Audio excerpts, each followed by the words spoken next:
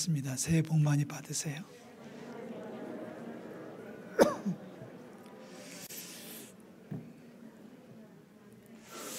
오늘까지만 한다는 얘기는 예배 시간에 하는 건 오늘까지란 얘기고요. 다음 주에 모이셔가지고 인사하실 때 새해 복 많이 받으세요는 해도 됩니다. 자, 아쉬워서 한 번만 더 하겠습니다. 제가 할게요. 우리를 죄와 사망에서 구원하신 우리 구주 예수 그리스도 이름으로 내가 비오니 새해 복 많이 받기를 주의 이름으로 축원합니다. 참 쉽네요. 저는 길게 했는데. 좋습니다. 마음이 좀 무겁습니다. 장래가 계속 이어지는 것도 무겁긴 하지만 세상이 너무 어렵습니다. 물가가 계속해서 오르고 있고 전쟁은 계속 이어지고 있고 기근이나 지진이 계속 이어지고 있습니다. 전염병이 계속 이어지고 있습니다. 여기저기 아픈 이야기들이, 가슴 아픈 이야기들이 우리를 힘들게 하고 있습니다. 제가 지금 우리 얘기를 했지만 사실은 3000년 전의 이스라엘 얘기와 동일합니다. 기원전 8세기 지금부터 3000년 전의 이스라엘은 똑같은 혼란에 빠져 있었습니다. 아니, 우리보다 더 힘들었습니다. 얼마나 힘들었냐면 평상시에는 먹지 않는, 거들떠보지도 않는 것을 먹었습니다. 예를 들어서 비둘기 똥을 말려서 먹었습니다.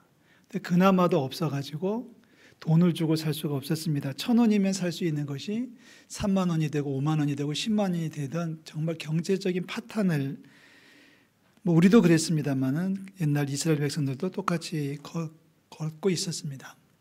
심지어는 아들을 잡아먹기도 했습니다. 이게 기원전 3000년 전에 이스라엘이 당한 현실이었습니다. 그런데 먹고 살기가 힘들고 살기 어려워지는데 반대로 가진 자들은 호의호식을 하지요. 예나 지금이나 똑같습니다. 우리는 힘들다고 하는데 저기 있는 사람들은 정말 호의호식을 하고 있는 것을 보게 됩니다. 그러다 보니까 사회적으로 이반 현상이 생겨가지고 사회가 굉장히 흔들리고 어려웠었습니다. 이렇게 어려워질 때 우리도 마찬가지고 옛날 이스라엘도 마찬가지고 어떻게 하면 이 난국을 헤쳐나갈 수 있을까를 가지고 고민을 합니다. 경제 전문가들은 경제적인 문제를 연구하고 질병 연구가들은 저번 어떻게 하면 이길 수 있을까를 고민하고 이러면서 이제 어떻게든지 문제를 해결해 보려고 노력하는 사람들이 계속 이어지고 있던 사실입니다. 그런데 하나님이 달랐습니다. 하나님의 방법은 좀 달랐습니다. 하나님의 생각은 좀 다르셨습니다. 하나님께서 오늘 호세아라는 선지자를 통해서 주시는 말씀은 그런 거에 너무 집착하지 말고 그런 거에 너무 집중하지 말고 먼저 하나님께로 돌아와야 돼라는 말씀을 주십니다. 우리 1절 말씀이죠. 오라 우리가 여호와께로 돌아가자. 우리는 인간의 육신을 입고 있기 때문에 아프면 아픈 부분에 집착하고 집중하고 경제적인 어려움이 있으면 경제적인 문제에 우리는 고민할 수밖에 없지만 하나님의 생각은 그게 아니고 그런 것보다도 먼저 나와의 관계를 한번 점검해 보지 않겠니? 라고 말씀하시는 거예요. 나하고 너무 멀리 떨어져 있지 않았니? 나에게 등을 돌리지 않았니? 나를 무시하지 않았니? 그 마음부터 해결하고 나한테 돌아와야 돼 라는 말씀을 주시는 거예요. 3절 이 여호와께로 돌아가자라는 말을 3절은 이렇게 표현합니다. 그러므로 우리가 여호와를 알자. 여호와를 아는데 그냥 설렁설렁 아는 게 아니라 힘써서 여호와를 알아야 되지 않겠니? 라고 말씀을 하셨습니다. 자, 여호와를 안다고 하는 것은 객관적인 지식을 쌓아나가는 것을 의미하는 것은 절대로 아닙니다. 몇 해 전에 병원에 가서 검진을 받았더니 의사가 저를 경고하고 나무랬습니다. 제가 누군지를 모르는 의사가 저에게 수치를 가지고 점검을 하면서 저한테 이렇게 경고를 했어요. 혈압이 높습니다. 간 수치가 좋지 않습니다. 지방간이 많이 껴 있습니다. 여러분 지금 웃음이 나와요? 목사가 아프다는데.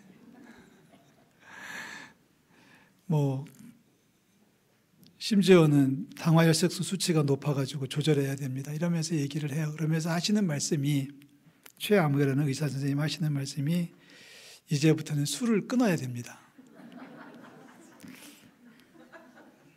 그래서 제가 얘기했습니다. 도저히 못 참겠어서 제가 자신 있게 얘기하는데 제가 술을 안 먹습니다. 그랬더니 그분이 하시는 말씀이 왜 안 먹습니까? 술을 안 먹고 이 수치가 나오면 이거는 큰 병입니다. 그래서 며칠 뒤에 재검을 받았습니다.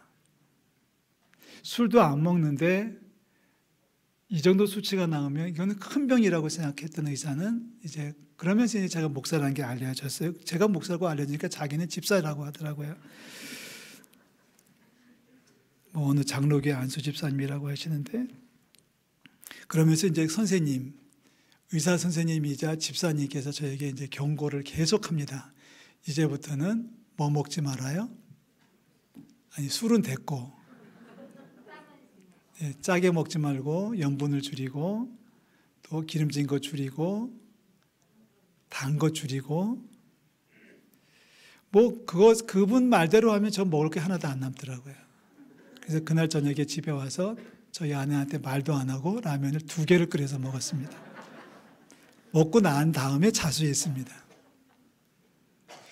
자, 여러분 제가 이 얘기를 드리는 이유가 있죠. 혈압을 낮추고 무슨 수치를 낮추기 위해서는 짠 음식을 피해라, 기름진 것을 피해라, 삼척동자도 알아요. 근데 문제는 그대로 하느냐가 문제지 몰라서 문제가 아닙니다. 여호와를 안다고 하는 것은 알긴 아는데 하나님 말씀대로 살지 않으면 아는 게 아무 소용이 없다는 거예요. 여호와를 안다는 것은 우리 하나님과 동행하는 것을 의미합니다. 여호와를 안다는 것은 하나님의 뜻이 무엇인지를 알기 위해 노력하는 것을 의미합니다. 여호와를 안다고 하는 것은 하나님께서 원하시는 것이 무엇인지 분별하고 그리고 하나님을 기쁘게 해드리기 위해서 노력하는 것을 이야기합니다. 자, 하나님을 아는 것이 과연 무엇일까요? 여러 가지 얘기가 가능하겠습니다만 먼저 우리가 짚고 넘어가야 될 것은 예배입니다. 왜냐하면 하나님을 안다고 하면서 예배하지 않는 사람은 거짓말쟁이이기 때문에 그렇습니다. 하나님을 믿는다고 하면서 예배를 등한히 한다면 그것은 잘못이기 때문에 그렇습니다. 우리 예배에 성공하는 우리 성도들 되시기를 주의 이름으로 축원합니다. 한 달 됐네요. 들어오면서 헌금하기로 하고 이제 한 달 동안 우리가 했는데 얼마나 익숙해지셨는지 모르겠습니다. 예배 들어오면서 헌금을 하는 이유는 다른 것보다는 예배를 좀 더 진지하게 드리자, 예배를 준비해서 드리자라고 하는 의도에서 시작했던 일인데요. 들어오면서 왼쪽에 있는 함에다가는 현금을 헌금하시는 거예요.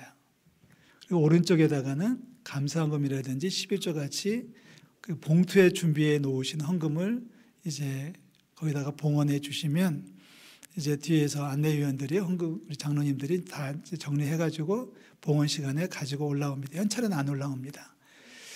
이렇게 가만히 보니까 그 헌금을 잘 해주셔서 너무 감사한데 주일 헌금도 가능하면 해주셔야 됩니다. 1,000원이든 5,000원이든 동전이든 매주 들어오시면서 거기에 헌금하는 것은 기본이고요. 왼쪽 함은 기본이고 오른쪽 함은 감사가 넘치면 10의 1조가 있으면 아니면 무슨 헌금이 있으면 거기다가 넣어주시면 봉헌해 주시면 좋겠습니다. 중요한 것 다시 한번 강조합니다. 준비해서 오셔야 된다는 거죠. 할렐루야. 자, 예배에 대해서는 앞으로 두고두고 할 얘기가 많이 있을 것 같아요. 한마디로 축복하고 넘어가겠습니다. 예배에 성공하는 저와 여러분들이 되시기를 주의 이름으로 축복합니다. 자, 그렇다면 하나님을 안다는 것은 또 무슨 얘기일까? 어떻게 하자는 얘기일까? 라는 질문을 던지게 되는데요. 오늘 우리는 6절을 읽어야 됩니다. 6장 6절 다 같이 읽습니다.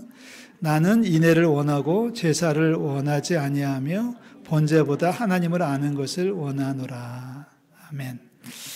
자, 제사를 한다. 번제를 드린다. 예배한다는 거죠. 우리식으로 표현하면 예배를 하는데 예배를 했는데 인애가 없어요. 사람이 딱딱하고 거칠고 메마르면 소용이 없다는 거예요. 인애는 사랑입니다. 그러니까 인애는 사랑입니다. 그러니까 우리가 하나님을 안다면, 하나님을 믿는다면, 하나님과 동행한다면 하나님께서 사랑하시는 것을 사랑해야 됩니다. 따라 하시겠어요? 하나님께서 사랑하는 것을 나도 사랑한다. 하나님께서 미워하시는 것을 사랑하는 사람들이 많이 있어요. 잘못된 거예요. 하나님께서 사랑하시는 것을 사랑하지 않고 미워하는 사람들이 있어요. 그것도 잘못된 거예요. 나는 싫어도 하나님이 사랑하시는 게 분명하다면 사랑해야 됩니다. 그것이 사람일 수도 있고 어떤 유형 무형의 존재일 수도 있겠지만 하나님이 사랑하신다면 나도 사랑해야 된다는 거죠. 몇 해 전에 제가 인간관계 때문에 굉장히 고민하고 힘들었던 적이 있었습니다. 정말 그 사람 보기 싫었습니다. 우리 교인 얘기하는 거 아니에요. 정말 보기 싫은 사람이 하나가 있었어요. 그래서 어떤 모임에 나갔다가 그 사람이 나타나면 도망가고 싶었습니다. 그 사람하고 악수하는 거는 싫고요. 그 사람하고 말을 섞는 것도 싫고요. 밥을 먹는데 그 사람이 내 앞에 오면은 진짜 그날은 소화가 안 됩니다. 그래서 어떻게 하든지 피하면서 살았는데 어느 새벽에 기도하는데 제 마음속에 큰 울림이 있었어요. 가만히 보니까 하나님이 그 사람을 사랑하시더라고요.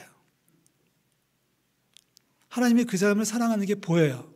자식이 잘 되기도 하고 사업이 잘 되기도 하고 하는 일이 잘 되기도 하고 건강도 하고 아무리 생각해봐도 하나님이 전 못된 놈을 미워하시는 게 아니라 사랑하신다는 사실을 깨닫게 됐습니다. 그러면서 제 마음속에 근심이 오는 거죠. 하나님이 사랑하는 사람을 내가 미워해도 될까?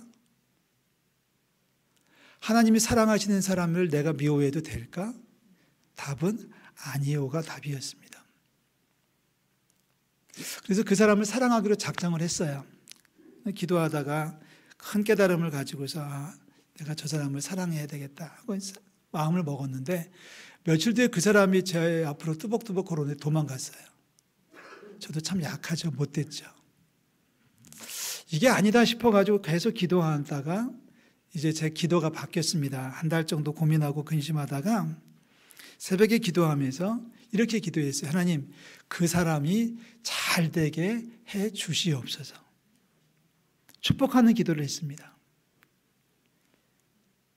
미워도 싫어도 잘 되는 것은 하나님께서 좀 해주세요라고 기도를 하기 시작하니까 제 마음속에 와 닿았던 미움이 조금씩 해결돼 가는 것이 느껴졌습니다. 그래서 요즘은 둘이 없으면 못 살아요. 저희 집사람 얘기하는 거 아닙니다. 하나님이 사랑하는 자를 미워하지 않기를 주의 이름으로 축복합니다.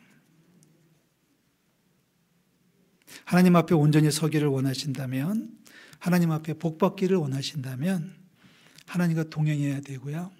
하나님과 동행하신다면 하나님이 사랑하시는 자를 사랑해야 됩니다. 하나님이 미워하는 것을 사랑하면 안 됩니다. 하나님이 미워하는 것은 같이 미워해야 되고요. 하나님이 사랑하신다면 나도 그 사람을, 나도 그것을 사랑해야 될 줄로 믿습니다. 사랑하는 성도 여러분, 하나님을 아는 것 가운데 또 하나는 정의입니다. 인애가 한쪽 기둥이라면 한쪽 기둥은 정의라고 하는 겁니다. 여러분 12장 6절을 좀 읽어볼까요? 12장 6절, 호세아서 12장 6절입니다. 다 같이 읽겠습니다. 그런즉 너희 하나님께로 돌아와서 인애와 정의를 지키며 항상 너희 하나님을 바랄지니라. 아멘. 화면에 안 띄워드렸습니다. 여러분 성경으로 찾으셔야 돼요. 그런즉 너희 하나님께로 돌아와서 하나님을 알아야 되고 그렇다면 인애와 정의를 지켜야 된다. 인애는 사랑이고 정의는 차별 없이 대하는 것이 정의입니다. 말로만 어떤 정치인들의 구호처럼 공정과 상식을 떠벌리는 것이 아니라 정말 차별 없이 그 사람들을 대하고 사랑하고 아껴줘야 되는 것이 정의입니다.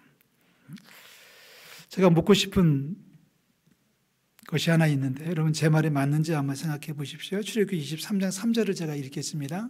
제가 맞게 읽었는지 한번 보세요. 가난한 자, 불쌍한 자가 오면 재판할 때 좀 봐줘라. 맞습니까? 틀립니까? 아니 하나님은 사랑이시니까 가난하고 불쌍하면 좀 봐줘야 되잖아요.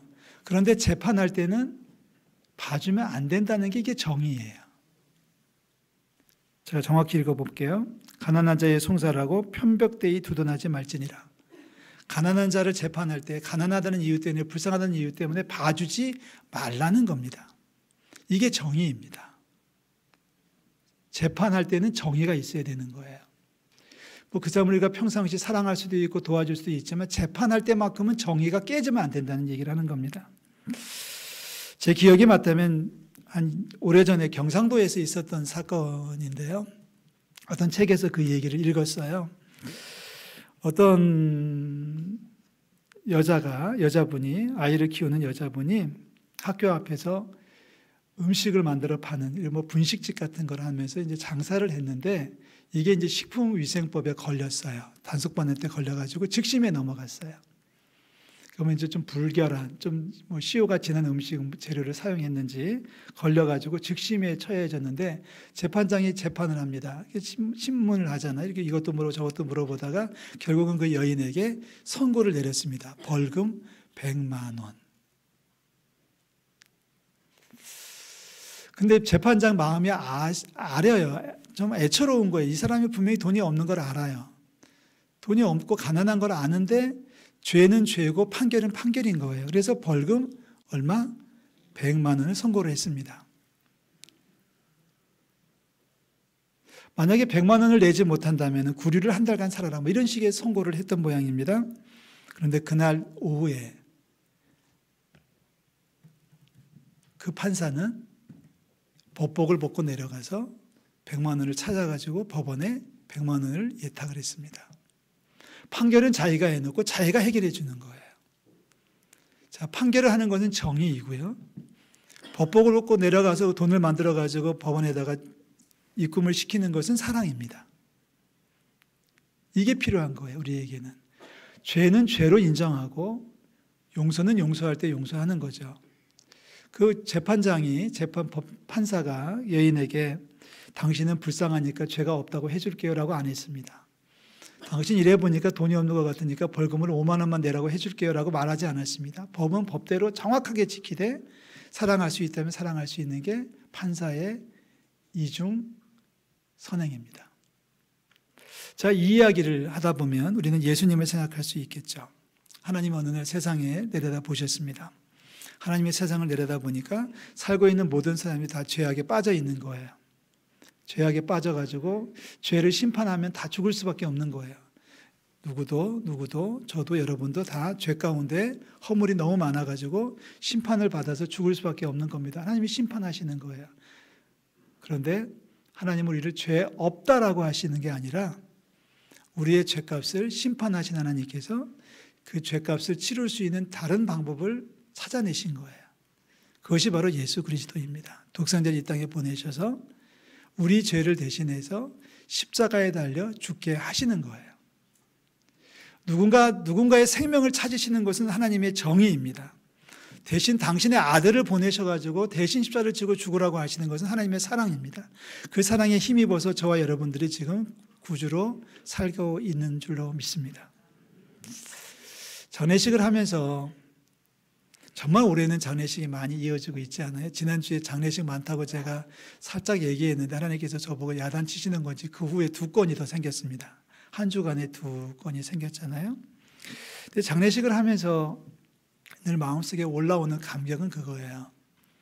그 분의 업적, 그분의 공적, 그분의 자녀들이 얼마나 잘 됐느냐 이런 게 중요한 게 아니고요. 그분이 살아생전에 하나님을 섬기고 살았느냐, 믿음대로 살았느냐. 그래서 그분의 관우에 십자가를 그릴 수 있는 것이 얼마나 행복한지 몰라요. 제가 말을 좀 다르게 하겠습니다. 오늘은 좀 수정해서 하겠습니다. 지난주에 제가 말을 실수했고요. 덮어주시고요. 사랑으로 덮어주시고요. 이제 정확히 제가 얘기합니다. 예수 안에 죽는 자들은 복이 있는 줄로 믿습니다. 그런 장례는 저는 기쁨으로 합니다. 하나님 들으시는 줄로 믿습니다. 네. 우리 죄를 대신 짊어지고 아들을 십자가에 달려 죽게까지 하시는 하나님의 사랑이 있기 때문에 우리는 지금 여기에 와 있는 거예요.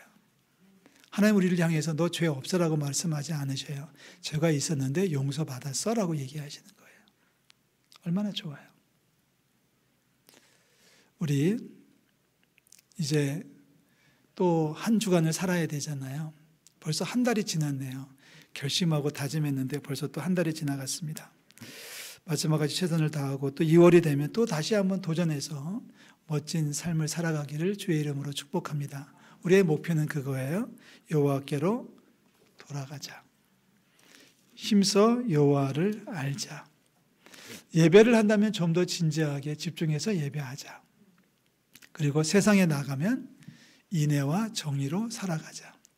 사랑할 수 있다면 더 많이 사랑하고, 하나님이 사랑하셨다면 나도 그를 사랑할 수 있어야 되고, 정의롭게 공의롭게 세상 불의와 타협하지 말고, 세상 이익에 눈 어두워지지 말고, 세상 알량한 것과 짝하지 말고 정의롭게 공의롭게 올곧게 살아간다면 하나님께서 약속하신 대로 둘째 날 이틀 후에 우리를 살리시며 셋째 날에 우리를 일으켜 주실 줄로 믿습니다. 우리가 주님 앞에서 살게 될 줄로 믿습니다.